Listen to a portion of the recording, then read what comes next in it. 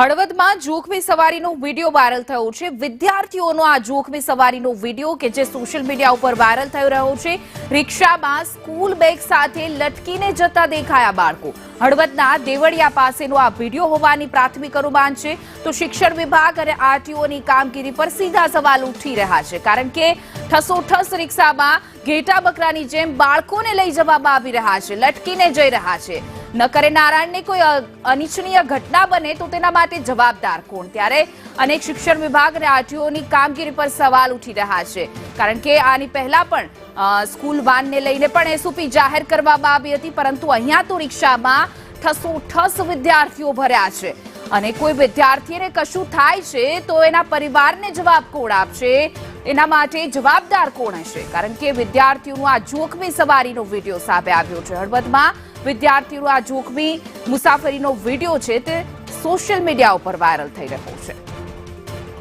વધુ વિગતો સાથે અમારા સંવાદદાતા જગદીશ જોડાઈ ગયા છે। જગદીશ, આ જોખમી સવારીમાં પણ બાળકો ઘેટા બકરાની જેમ ભરી દેવામાં આવ્યા છે, કંઈક થશે તો જવાબદાર કોણ? ચોક્કસથી વાત કરવામાં આવે તો હળવદ શહેરની વાત કરીએ તો હળવદ શહેરમાં પણ આ જ રીતે અગાઉ વાનમાં બેસીને ઠસોઠસ બેસીને બાળકો જતા હોય તેવો વિડીયો સોશિયલ મીડિયામાં વાયરલ થયો હતો અને ત્યારબાદ તંત્ર હરકતમાં આવ્યું હતું।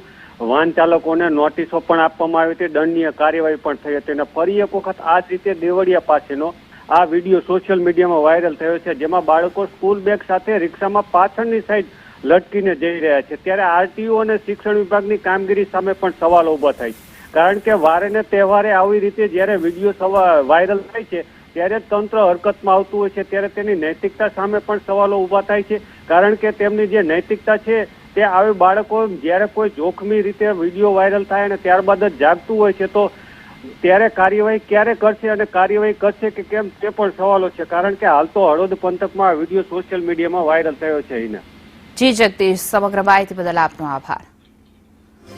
તો આ બેદરકારી કહી શકાય। એક તો રિક્ષામાં ઠસોઠસ બાળકો જે લટકીને જઈ રહ્યા છે અને અગાઉ પણ સ્કૂલ વાન અને રિક્ષાને લઈને એસઓપી પણ જાહેર કરવામાં આવી હતી, પરંતુ હવે અહીંયા આરટીઓ વિભાગ શું કરી રહ્યું છે, શિક્ષણ વિભાગ શું કરી રહ્યું છે?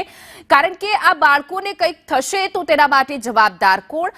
અને આવું એક વખત નહીં, અનેક વખત આ પ્રકારના વિડીયો સામે આવે છે અને ત્યારબાદ હવે પ્રશાસન જાગે અને પછી હરકત અને ઘણા નિયમો બનાવવામાં આવે, પરંતુ ત્યાં સુધી કોઈ અનિચ્છનીય ઘટના ન બને ત્યાં સુધી તો પ્રશાસન ઊંઘતું જ ઝડપાય છે। આ પ્રકારની જોખમી સવારી કેટલી ભયાનક હોઈ શકે, કારણ કે આ વિદ્યાર્થીઓ છે જે શાળાએ જઈ રહ્યા છે અને લટકતા જઈ રહ્યા છે।